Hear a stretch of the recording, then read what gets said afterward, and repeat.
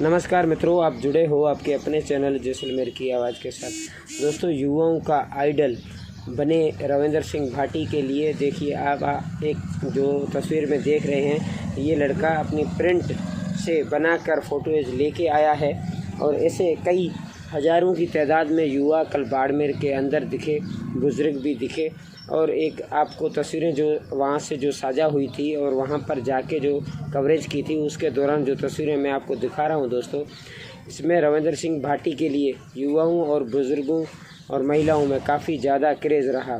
जहाँ पर सभा को संबोधित करते हुए रविंदर सिंह भाटी ने युवाओं की बात रखी, बाड़मेर जैसलमेर क्षेत्र की बात रखी, क्योंकि बाड़मेर जैसलमेर क्षेत्र से जो जीतने वाले चाहे एमएलए हो चाहे एमपी हो, लेकिन काफ़ी लोगों में इस बात का भी ध्यान है कि पिछले 15 साल से लगातार बायतू से ही दोनों पार्टियां एक उम्मीदवार को उतार रही है, लगभग चाहे बीजेपी हो या फिर कांग्रेस। लेकिन मूल ओबीसी एवं कई अन्य समाजों को भी इस बात से एक ज़रूर खटक है कि रविंदर सिंह भाटी जैसे ही मैदान में उतरे हैं तो अच्छे नेताओं के कान खड़े हो गए हैं, क्योंकि लोगों का ऐसा मानना है कि इस बार भाटी से हमें उम्मीद है, बाकी नेताओं से नहीं। चाहे फसल बीमे की बात हो चाहे अन्य बात हो, लेकिन जो सन 2024 के अंदर 400 सीट का था, वो कहीं बाड़मेर तक आते आते कहीं थम ना जाए। वो 399 का भी आंकड़ा हो सकता है, क्योंकि बाड़मेर की सीट यहाँ से अभी ऐसे समीकरण लग रहे हैं कि बीजेपी के हाथों से फिसलने ही वाली है। फिर चाहे वो रविंदर भाटी जीते या फिर कांग्रेस। आशु सिंह ने क्या कहा वो सुनाते हैं। ये संस्कृति रही है, उद्घोष होना जरूरी है। भारत माता की वंदे। बाड़मेर, जैसलमेर, बालोतरा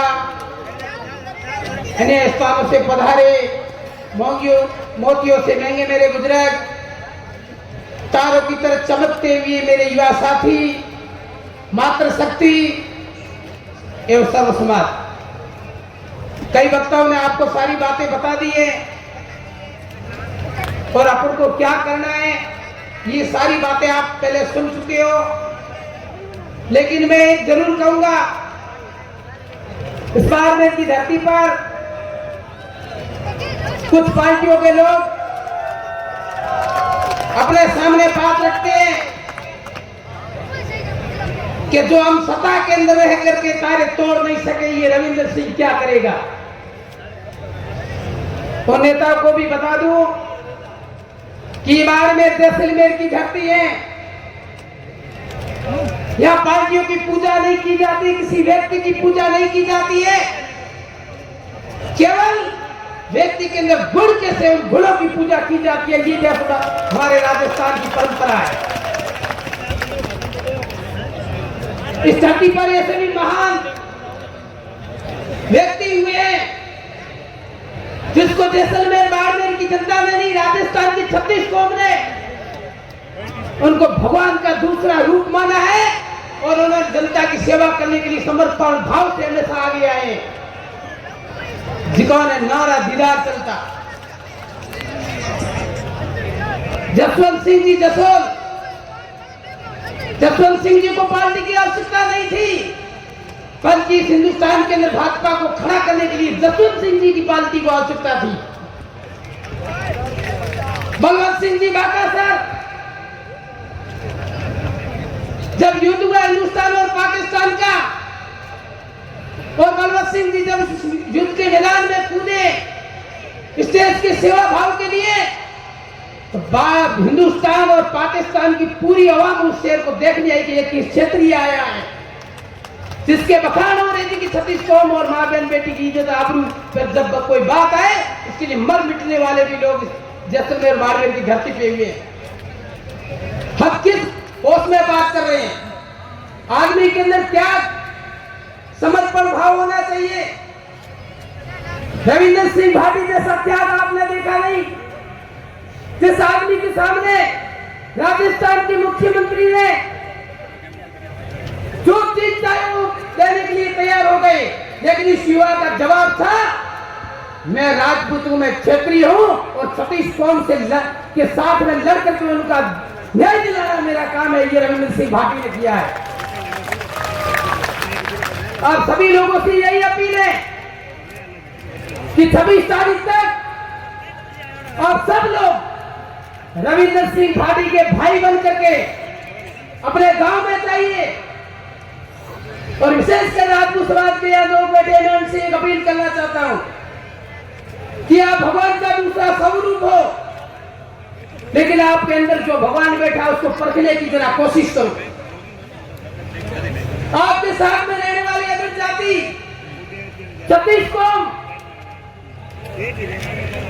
जब कोई भी घर में विपदा पड़ती है हम सबसे पहले आपको याद करते हैं, क्योंकि हमें पता है कि दुख की घड़ी में यदि सत्यवादी का कुछ सहारा देने वाली कौम है तो राजपूत है।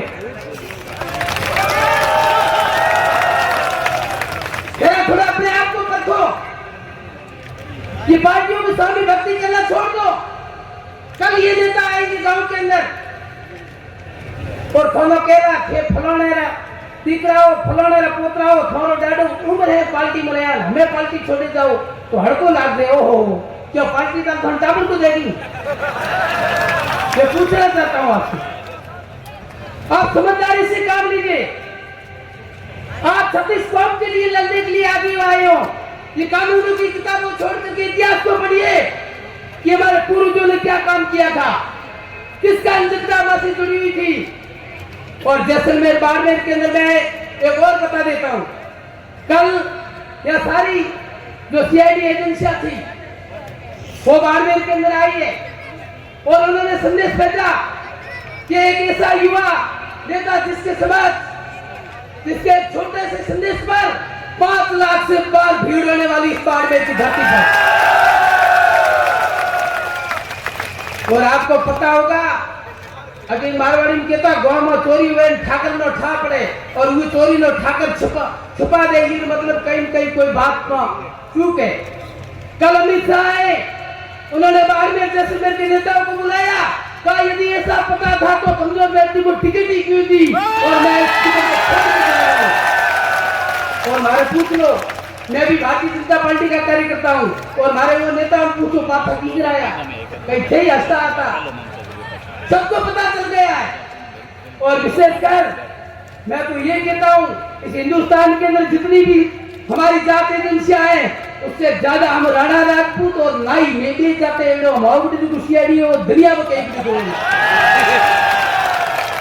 और हमने तो बता दिया परशुराम सिंह जी फौरन आंसू की हाल है मंदिर में फौरन महाराज हाल बढ़िया है, पर बाड़मेर जैसलमेर बागोत्री की जनता की तरफ से ये भाटी दिल्ली जा रहा है, इसमें कोई फर्क नहीं है, कोई फर्क नहीं। मगरे का शेर कहना है सीमा से शेर आएगा, ये जनता का आशीर्वाद है, ये रविंद्र दिल्ली जाएगा। और विशेषकर एक मारवाड़ी में कहावत है बूढ़े आदमी रो एक बार कोई आशीर्वाद मुख में निकल जावे वो हमेशा भगवान का स्वरूप होया करे। और अपने बाड़मेर जिसमें बालोतरा के अंदर सबसे बड़ी नेता है हेमाराम जी चौधरी, वो 12 महीना अपील के दियो ये युवाओं को आगे लाओ और अपना विकास होगा। तो आशीर्वाद तो निकल गया आपने ध्यान है, मुख से निकला समझ वो वापस नहीं आएगा। ये हेमाराम जी कहते हैं ये भाटी दिल्ली जाएगा। लेकिन कल एक रविंद्र सिंह भाटी ने एक तो शब्द बोला है, शायद वो 36 कौम के दिलों के अंदर बैठ गया। उन्होंने कहा रविंद्र और वीरेंद्र में कोई फर्क नहीं है, हेमाराम जी हमारे पिता के लिए। और हम